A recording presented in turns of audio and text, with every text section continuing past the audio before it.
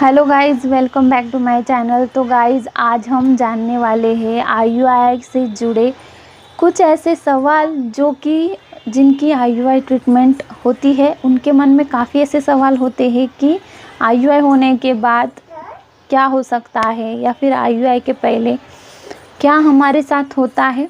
तो ये सारे क्वेश्चन होते हैं छोटे मोटे, जिनके सवाल आप किसी को ऐसे ही नहीं पूछ सकते, या फिर डॉक्टर के पास भी आप जब जाते हैं तो काफ़ी हिचकिचाते हो पूछने में कि ये क्या सोचेंगे हमारे बारे में। ये सोचकर आप नहीं पूछ पाती, तो कोई बात नहीं, ये वीडियो आपके लिए, आप एंड तक ज़रूर देखना, आपके सारे सवालों के जवाब आपको मिल जाएंगे। तो सबसे पहला जो सवाल होता है कि आईयूआई प्रोसेस एक क्या प्रोसेस होता है, इसमें क्या होता है। तो देखिए, अगर काफ़ी कपल्स जो होते हैं वो इनफर्टिलिटी से गुज़र रहे हैं और उनको कंसीव करने में अगर दिक्कत आ रही है, तो इस दौरान आपकी गायनिक आपको आईयूआई सजेस्ट करती है, तो आपको समझ नहीं आता। तो आईयूआई जो होता है वो इंट्रा यूटेरिन इंसेमिनेशन होता है, यानी कि जो मेल स्पर्म्स होते हैं इनको डायरेक्टली आपके यूट्रस के अंदर ओव्यूलेशन डे के टाइम इंसर्ट किया जाता है। ये भी काफ़ी लंबी प्रोसेस होती है, लेकिन मैं शॉर्ट में आपको मतलब बता रही हूँ कि स्पर्म को यूट्रस में डायरेक्ट छोड़ दिया जाता है ताकि इजीली फर्टिलाइजेशन हो और स्पर्म्स को वेजाइना से लेके फैलोपियन ट्यूब यूट्रस तक का जो अंतर होता है वो काटना बिल्कुल भी नहीं पड़ता, क्योंकि डायरेक्टली वो एक के पास पहुंच जाते हैं। तो ये प्रोसेस होता है। अब तो दूसरा सवाल ये होता है कि आईयूआई का खर्चा यानी कि बजट कितना होता है। तो देखिए, ये अलग अलग सिटी में अलग अलग डॉक्टर्स में उनके जो ट्रीटमेंट होती है उसके हिसाब से कम ज़्यादा हो सकता है, लेकिन मैं आपको एक बजट बताती हूँ एक्चुअली, कि आपको समझ में आ जाए कि कितना होता है। ठीक है, तो देखिए, आपके अगर ट्रीटमेंट पे डिपेंड करता है कि आप अगर एक सेल्स को बनाने के लिए अगर मेडिसिन वगैरह ले रहे हो, तो उसको लेकर के अगर आपका फर्टिलाइजेशन तक का अगर प्रोसेस हो रहा है, यानी कि कंसीव करने तक का प्रोसेस हो रहा है, आपको ओव्यूलेशन इंडक्शन के लिए जो दवाइयाँ दी जाती है, इंजेक्शन दी जाती है, अगर आप उतना पूरा ट्रीटमेंट कर रहे हो तो आपको 25 से 30 हज़ार रुपये लग सकते हैं इस प्रोसेस में।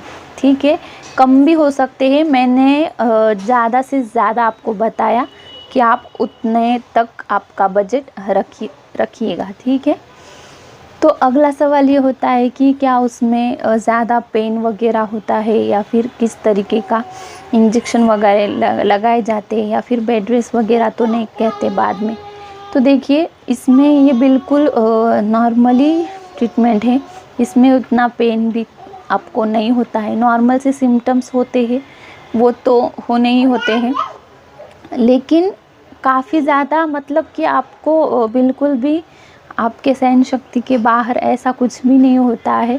नॉर्मल सा प्रोसेस होता है, फॉलिकुलर स्टडी होती है और उसके बाद ओव्यूलेशन इंडक्शन होता है, और उसके बाद में ट्रिगर द्वारा एग रप्चर, फिर आईयूआई करा दिया जाता है। बस नॉर्मल होता है। बस आपको इंजेक्शन की प्रिपरेशन कर लेना बहुत ज़रूरी है, क्योंकि इसमें इंजेक्शन ही लगाए जाते हैं, तो वो तो आप ऐसे भी जब बीमार होते हो तो लेते ही हो।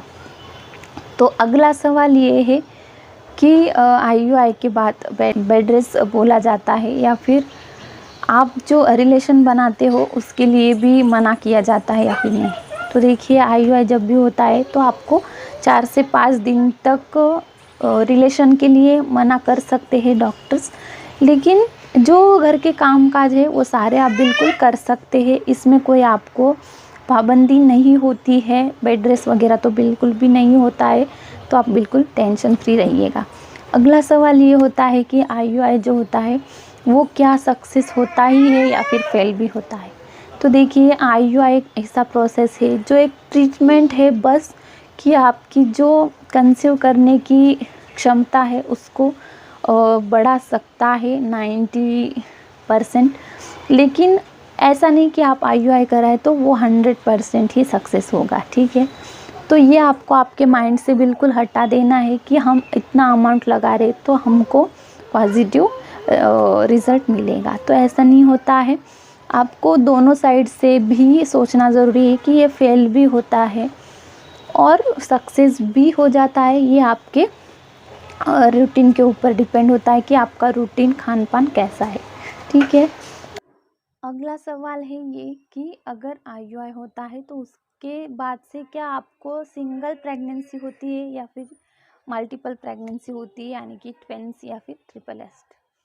तो ये भी बिल्कुल आपके मेडिकल जो ट्रीटमेंट होती है इसके ऊपर डिपेंड होता है। अगर आपको ओव्यूलेशन इंडक्शन के या फिर एग सेल्स आपको मैच्योर होने के इंजेक्शन अगर लगाए जा रहे हैं तो इसमें 2 से 3 एग मैच्योर हो जाते हैं, जो कि हमारे नॉर्मल प्रोसेस में सिर्फ एक ही एग मैच्योर होता है फर्टिलाइजेशन के लिए। लेकिन IUI ट्रीटमेंट में जो मेडिसिन देते हैं उसके वजह से 2 या फिर 3 एग्स मल्टीपल हो सकते हैं। तो ये आपके फर्टिलाइजेशन के ऊपर डिपेंड होता है कि अगर 2 या 3 सेल्स अगर बन भी रहे हैं लेकिन स्पर्म्स जो होते हैं वो अगर फर्टिलाइज करते हैं दोनों एग्स को आपके या फिर मल्टीपल एग्स को, तो ही आपको ट्विन प्रेगनेंसी हो सकती है। नहीं तो वो जो दूसरे सेल्स होते हैं वो डेड हो जाते हैं और एक सेल्स को ही फर्टिलाइजेशन अगर होता है तो एक ही एम्ब्रियो बनता है। कभी कभी तीनों भी एम्ब्रियो के साथ तीनों भी अगर एग्स के साथ फर्टिलाइजेशन नहीं होता है तो तीनों भी डेड हो जाते हैं और मेंसेस के रूप में बाद में निकल जाते हैं। अब लास्ट सवाल ये होता है कि IUI जो होता है उसमें होने वाले बेबीज़ क्या एबनॉर्मल हो सकते हैं या फिर उनमें कुछ भी ऐसे जेनेटिकल प्रॉब्लम्स आ सकते हैं या फिर नहीं। तो देखिए IUI जो होता है ये बिल्कुल भी सेफ होता है प्रोसेस। हाँ, इसको कृत्रिम गर्भधारण बोला जाता है, लेकिन ये भी आपके एक बॉडी पे डिपेंड करता है या फिर आपके पार्टनर जो होते हैं उनके भी ऊपर डिपेंड करता है कि अगर आप दोनों में कुछ प्रॉब्लम नहीं है या फिर आपकी पूरी जो हिस्ट्री है वो ठीक है तो उस कंडीशन में तो कुछ नहीं होता है। लेकिन अगर आपको जेनेटिकली मतलब कि फादर या फिर उनके फैमिली में कुछ प्रॉब्लम्स है, कुछ बीमारी कुछ भी, तो हो सकता है कि बेबी में हो, लेकिन वो IUI की वजह से नहीं होता, वो आपका जेनेटिकल प्रॉब्लम हो सकता है। तो आई होप कि आपको आपके सारे सवालों के जवाब मिल गए होंगे। कुछ एक आधा सवाल रह भी गया है तो आप मुझे कमेंट द्वारा पूछ सकते हैं या फिर इंस्टाग्राम पे भी DM कर सकते हैं। तो चलिए फिर मिलती हूँ नेक्स्ट वीडियो में। वीडियो अगर थोड़ी सी भी पसंद आए तो प्लीज़ लाइक शेयर और सब्सक्राइब ज़रूर कर देना है। आप लोग काफ़ी अच्छे से सपोर्ट कर रहे हैं, मुझे आगे भी ऐसे सपोर्ट की ज़रूरत है। Bye bye, take care.